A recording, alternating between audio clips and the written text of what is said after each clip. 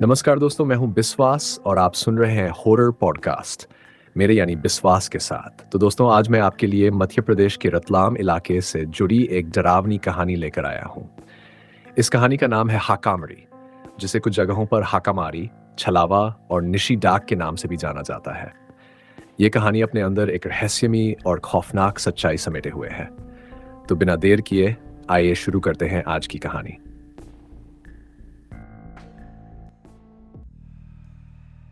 नमस्कार दोस्तों, मेरा नाम अजय है।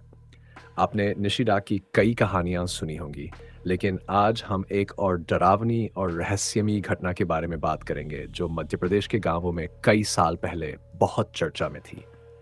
इसे मध्य प्रदेश में हाखामड़ी के नाम से जाना जाता है।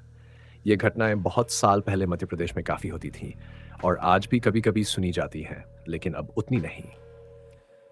हाखामड़ी का मतलब क्या है और इसके बारे में विस्तार से मैं आपको कहानी के ये एक ऐसी घटना थी जिसने लोगों को काफी डराया था। चलिए अब हम इस अजीब और डरावनी घटना की शुरुआत करते हैं।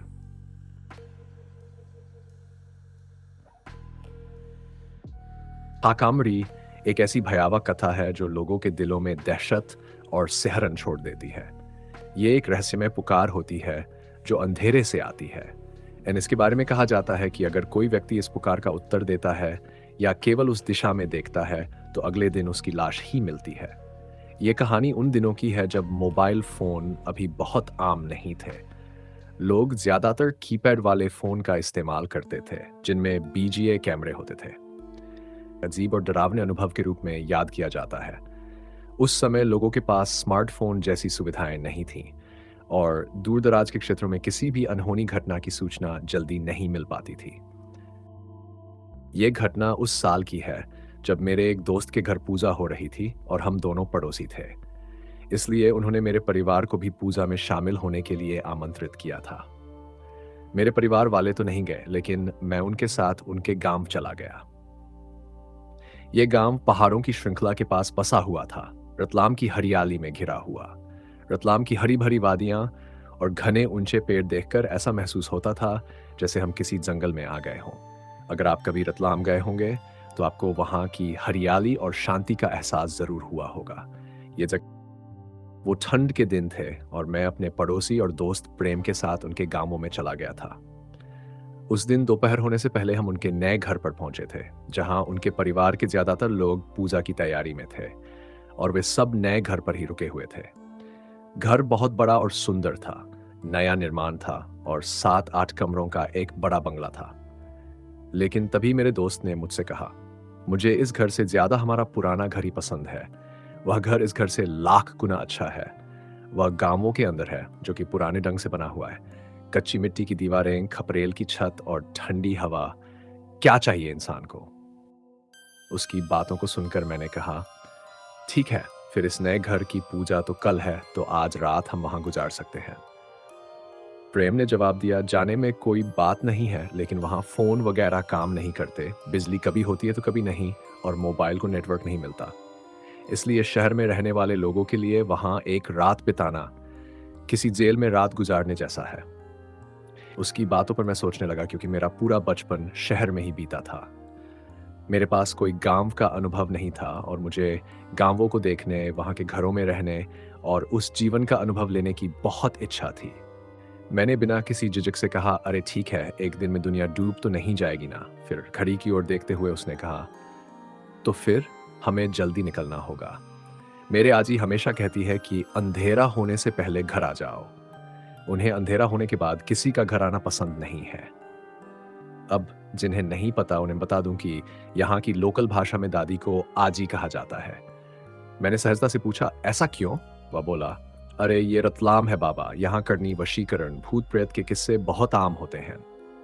ये सुनकर मैं डरा तो नहीं, लेकिन मुझे थोड़ा आश्चर्य हुआ और हंसी भी आ गई।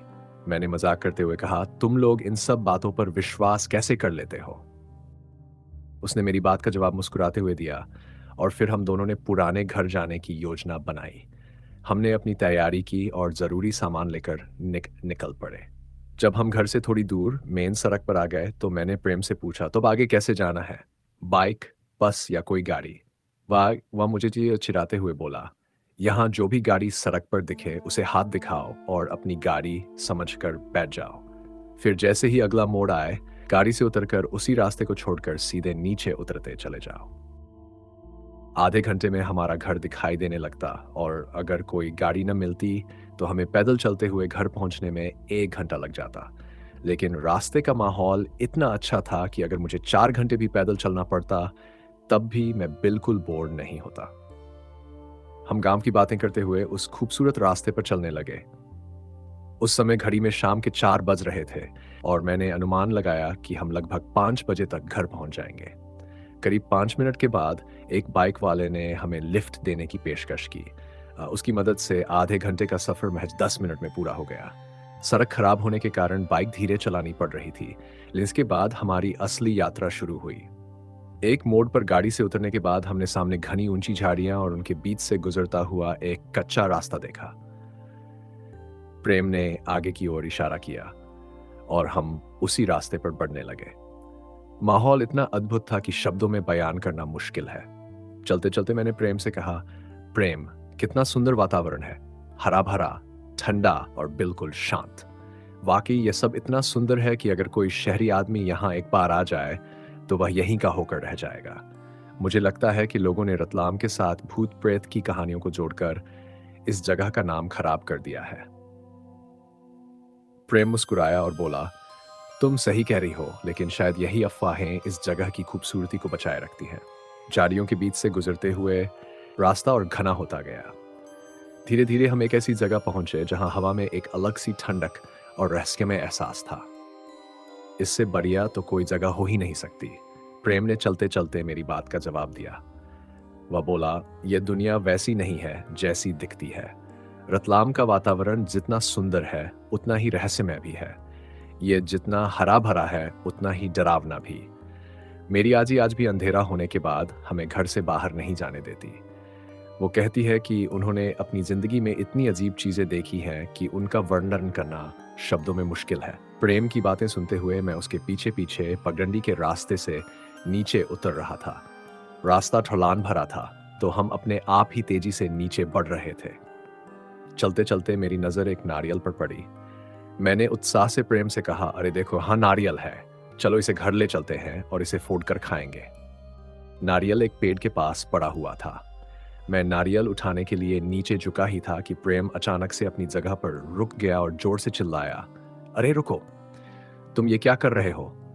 मेरा हाथ नारियल की ओर बढ़ा ही था कि उसकी आवाज सुनकर मैं ठिठक गया। क्यों? क्या हुआ? मैंने हैरानी से पूछा। प्रेम ने कहा, अरे एक बार ऊपर तो देखो। मैंने ऊपर और चारों ओर देखा लेकिन कुछ समझ नहीं आया। क्या दिखाना चाहते हो? मैंने पूछा। प्रेम ने पेड़ की ओर इशारा करते हुए कहा, अरे इडियट, ये नारियल का पेड़ नहीं है और यहाँ कोई नारियल गिरा नहीं है। किसी ने इसे यहाँ जानबूझकर रखा है। इसे करनी कहते हैं। करनी? मैंने आश्चर्य से पूछा। प्रेम ने गंभीरता से समझाते हुए कहा, हाँ, नारियल के नीचे एक गांठदार धागा, हल्दी, कुमकुम, एक सिक्का या ऐसे ही सामान रखा गया होगा। अगर तुमने इसे गलती से छू लिया या उठा लिया तो इसका असर तुम्हें भुगतना पड़ सकता है। उसकी बात सुनकर मेरी रीढ़ में सिहरन दौड़ गई। मैंने तुरंत पीछे हटते हुए कहा, अच्छा हुआ मैंने इसे नहीं छुआ। प्रेम ने सिर हिलाते हुए कहा, यहां ऐसी चीजों से दूर रहना ही बेहतर है। कभी कभी ये बुरी शक्तियों को बुलाने के लिए किया जाता है। कोई नहीं बता सकता कि आगे क्या होगा, कुछ भी हो सकता है, तेरी जान भी चली जा सकती है, इसलिए सीधे चलते रह। ये नारियल खाने के लिए नहीं है, यह तो दूसरों को खाने वाला नारियल है। मैंने करनी के बारे में लोगों से बहुत बातें सुनी थी, लेकिन करनी क्या होती है यह पहली बार देख रहा था। मैं उस नारियल को बिना छुए आगे चला गया। जल्द ही हम उसके घर तक पहुंच गए। पेड़ों से घिरा हुआ वह घर बहुत सुंदर लग रहा था। उसकी आजी पिछले दरवाजे पर बैठी कुछ काम कर रही थी। प्रेम की आवाज सुनते ही आजी सामने की ओर चली आई और उन्हें देखकर आजी के चेहरे पर मुस्कान फैल गई। उन्होंने प्रेम के चेहरे पर प्यार से हाथ फेरते हुए कहा, आ गए? आओ, अंदर आ जाओ। और यह तुम्हारे साथ कौन है? आजी, ये मेरा दोस्त अजय है, हम मुंबई में पड़ोसी हैं। प्रेम ने आजी के सवाल का जवाब दिया। मैंने भी आजी को प्रणाम किया और उन्होंने मेरे सिर पर हाथ रखते हुए प्रेम से पूछा, "तुम मुंबई से यहाँ कब आए?" आज ही हम सुबह ही आ गए थे, आपसे मिलने का मन किया तो यहाँ चला आया, प्रेम ने कहा और अपना बैग कंधे से उतारकर बगल में रख दिया। आजी ने हमें रतलाम में बनाए जाने वाले कुछ विशेष व्यंजन खिलाए। उनका शरीर एकदम बारीक और साधारण था, जैसे किसी बूढ़ी औरत का होता है। लेकिन इसके बावजूद भी आजी आज भी अकेले पूरे घर की देखभाल किया करती थी। वह आज भी घर की खेती कर लेती थी। उन्होंने घर के इर्द गिर्द नारियल के पेड़ बड़ी मेहनत से लगाए थे और उन्हें बढ़ाया था। किसी जवान लड़की को भी मात दे, इतनी फुर्ती से वह सब काम कर रही थी। फिर हम दोनों ने बाहर ही अपने हाथ पैर धोए और अंदर के कमरे में चले गए। मैं अपना बैग रखकर बाहर आकर झूले पर बैठ गया और वहां बैठा बैठा प्रकृति को देखने लगा। आजी अपना रोज का काम कर रही थी और तब प्रेम भी कमरे से बाहर आ गया। उसने अपनी आजी से कहा, आजी थोड़ा वाड़ी होकर आता हूँ, लोगों से मिलना भी हो जाएगा और देखता हूँ आते आते कहीं फूल मिलता है क्या। इस बात पर आजी ने कहा, अंधेरा होने वाला है, किसी से मिलने कहीं जाने की कोई जरूरत नहीं है, सुबह दिन के वक्त चले जाना। प्रेम ने अपनी भौहें ऊंची करते हुए मेरी तरफ देखा। प्रेम ने कहा, आजी बस टहलने जा रहा हूं और अंधेरा होने में अभी काफी वक्त है, हम अंधेरा होने से पहले वापस आ जाएंगे। इस बात पर आजी ने थोड़ा गुस्से में कहा, एक बार कहा ना, इस वक्त कहीं जाने की कोई जरूरत नहीं है। प्रेम ने अपने हाथ उठाया और मुझे इशारा किया कि आजी ऐसी ही है। प्रेम आजी के पास चला गया और उसने फिर पूछा, अच्छा, तो क्या हम घर के पीछे बगीचे में जा सकते हैं? आजी ने फिर से उसे एक बार घूर कर देखा और कहा, लेकिन तुरंत वापस आ जाना। प्रेम ने मुझे अपने पीछे आने का इशारा किया। वो मुझे अपने घर के कमरे दिखाते हुए पीछे की ओर लेकर चला गया। घर के अंदर 3 कमरे थे, एक के बाद एक सटा हुआ, फिर एक रसोई घर और उसके पीछे नारियल के पेड़ और कई दूसरे पेड़ भी थे। बगीचे के पेड़ों को देखते देखते आसपास अंधेरा छाने लगा और फिर हम वापस घर की ओर चल पड़े। जैसे ही मैं घर के पास पहुंचा, मुझे एहसास हुआ कि मेरी घड़ी कहीं गिर गई है। मैंने यहाँ वहां देखते हुए प्रेम से पूछा, अरे तुमने मेरी घड़ी कहीं देखी? उसने मेरा हाथ देखा और जवाब दिया, घर में या बैग में होगी। मैंने अपनी जेबें चेक की और फिर उससे कहा, नहीं, मुझे अच्छी तरह से याद है कि मैंने फ्रेश होने के बाद अपनी घड़ी पहन ली थी और घर से निकलते समय मैंने उसी वक्त भी देखा था। और फिर से कुछ देर यहाँ वहाँ देखने के बाद मैंने उसे कहा, तुम रुको, मैं जाकर देख कर आता हूँ, शायद रास्ते में कहीं गिर पड़ी होगी। प्रेम ने आंखें चौड़ी करते हुए बोला, पागल है क्या? आजी को पता चला तो वो मुझे डांटेगी और वैसे भी अभी अंधेरा होने वाला है और हमें यह तक नहीं पता कि वह घड़ी कहाँ पड़ी होगी। इसलिए अभी रहने दे, हम सुबह जाकर ढूंढ लेंगे। आजी उस वक्त घर के पीछे कुछ काम कर रही थी, इसलिए मैंने उसकी बात का कोई जवाब नहीं दिया। वो घड़ी मेरे लिए बहुत जरूरी थी।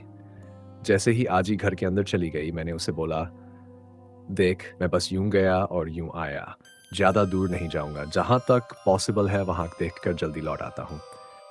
और इससे पहले कि वह मुझे कुछ कह पाता, मैं वहां से भागता हुआ पीछे की ओर चला गया। मैं उन झाड़ियों में पीछे दौड़ रहा था और उसी के साथ पेड़ों की परछाइयां घनी होती जा रही थी। सूखी गीली घास पर पड़ते कदमों की आवाज, आसपास दूर कहीं से आती मेंढकों की आवाज और रात के कीड़ों की अजीब सी किरकिराहट हर तरफ गूंज रही थी। कुछ दूर तक भागने के बाद आजी और वह घर दिखाई देना बंद हो गया, लेकिन वहां से थोड़ा दूर आगे जाने पर मुझे पत्तों की तेज सरसराहट से सुनाई दी। ऐसा लगा कोई चीज मेरे बगल की झाड़ियों में से मुझसे दुगनी तेजी से आगे बढ़ रही हो। मैं एकदम से रुका और यहाँ वहां देखने लगा। देखा तो वहां कोई नहीं था। लगा कि कुछ पल में ही वहां जो कुछ था वह गायब हो गया हो। मैं पत्तों की सरसराहट साफ सुन सकता था, लेकिन आसपास पेड़ों के अलावा कुछ भी नहीं था। इसी बीच मुझे एक पेड़ की शाखा पर कुछ चमकता हुआ सा दिखाई दिया। वह चीज घने पेड़ों से होकर आने वाली आखिरी सूरज की किरणों से चमक रही थी। मैंने अपना सिर थोड़ा बाएं दाएं घुमाया और फिर उसे ध्यान से देखा तो यह मेरी घड़ी थी। वो चमक रहा था। फिर भी मैं कुछ देर उसे देखता रहा, क्योंकि मुझे इस बात का आश्चर्य हो रहा था कि घड़ी शाखा पर कैसे लटकी हुई है। हम तो किसी पेड़ पर भी नहीं चढ़े थे। यह जगह मुझे सही नहीं लग रही थी। यहाँ के भूतिया किस्सों और अजीब चीजों को सुनकर मेरे मन में पहले ही अजीब अजीब ख्याल आने लगे थे, इसलिए मैं और आगे नहीं गया। वहीं पर पड़ी एक मोटी लकड़ी उठाई और उस शाखा की ओर फेंक कर मारी। जैसे ही लकड़ी शाखा पर लगी, वो घड़ी नीचे सूखी घास में गिर पड़ी। मैंने फिर से इधर-उधर देखा और जल्दी से जाकर घड़ी को उठा लिया। उसी पल हवा के तेज पत्तों की सरसराहट सुनकर मेरा शरीर कांप उठा। अजय बोलकर किसी ने आवाज लगाई। ए तो प्रेम की आजी की आवाज है। इतनी जल्दी यहाँ कैसे आ गई? ये मुमकिन नहीं है। मैंने तो आखिरी बार उन्हें घर के पास काम करते हुए देखा था, और अगर ये दादी नहीं है तो ये मेरा नाम कैसे जानती है? हे भगवान, यहाँ जरूर कुछ भयानक हो रहा है। ये सोचकर मैं जितनी तेजी से वहां आया था उसी तेजी से वापस भागा। पत्तों की सरसराहट मुझे अब भी सुनाई दे रही थी, जैसे कोई मेरा पीछा कर रहा हो। फिर वह आवाज अचानक बंद हो गई। ऐसा लग रहा था मानो कोई मेरे पीछे किसी सांप की तरह रेंगते हुए आ रहा हो, और फिर अचानक वह बीच में कहीं रुक गया। मैं लगभग भागते हुए घर वापस आ गया। प्रेम भी मुझे देखकर चौंक गया। मैं हाँफते हुए उसके पास जाकर रुका और मेरी हालत देखकर उसने पूछा, क्या हुआ? तू इतनी तेज क्यों भाग रहा है? जैसे कोई शेर तेरे पीछे पड़ा हो। और क्या तुझे घड़ी मिली? मैंने हाँफते हुए उसकी बात का जवाब दिया। प्रेम ने मुझे घबराया हुआ देखकर कहा, तू ठीक है ना? आराम से सांस ले और सब कुछ धीरे धीरे समझने की कोशिश कर। लेकिन मुझे नहीं पता था कि क्या समझूं, क्योंकि उस जगह पर कुछ तो था जो मुझे डराने की कोशिश कर रहा था। मैं उसे बताने ही वाला था कि मुझे वहां और कुछ दिखा था, जब अचानक दरवाजे पर एक जोर की धक्का देने की आवाज आई। हम दोनों चौंक गए और पलटकर दरवाजे की ओर देखा। क्या ये वही था जो मेरे साथ हुआ था? लेकिन मेरे दिमाग में वह दृश्य बार बार घूम रहा था। आजी की शक्ल में वह कौन हो सकता था, और वह मुझे क्यों बुला रहा था? मुझे ऐसा लग रहा था कि यह घटना अभी खत्म नहीं हुई है, बल्कि ये किसी बड़े डरावने राज की शुरुआत थी। आगे क्या हुआ जानने के लिए सुनते रहिए हमारे अगले एपिसोड में। आज की ये कहानी आपको कैसी लगी कमेंट करके जरूर बताएं। अगर आप हमारे चैनल पर नए हैं तो चैनल को सब्सक्राइब करें और बगल में दिए गए बेल आइकन को दबाकर रखें, ताकि हर नई कहानी की नोटिफिकेशन आपको सबसे पहले मिले। तो आज के लिए बस इतना ही। मिलते हैं अगले एपिसोड में। तब तक के लिए स्वस्थ रहें, सतर्क रहें। जय हिंद, जय भारत।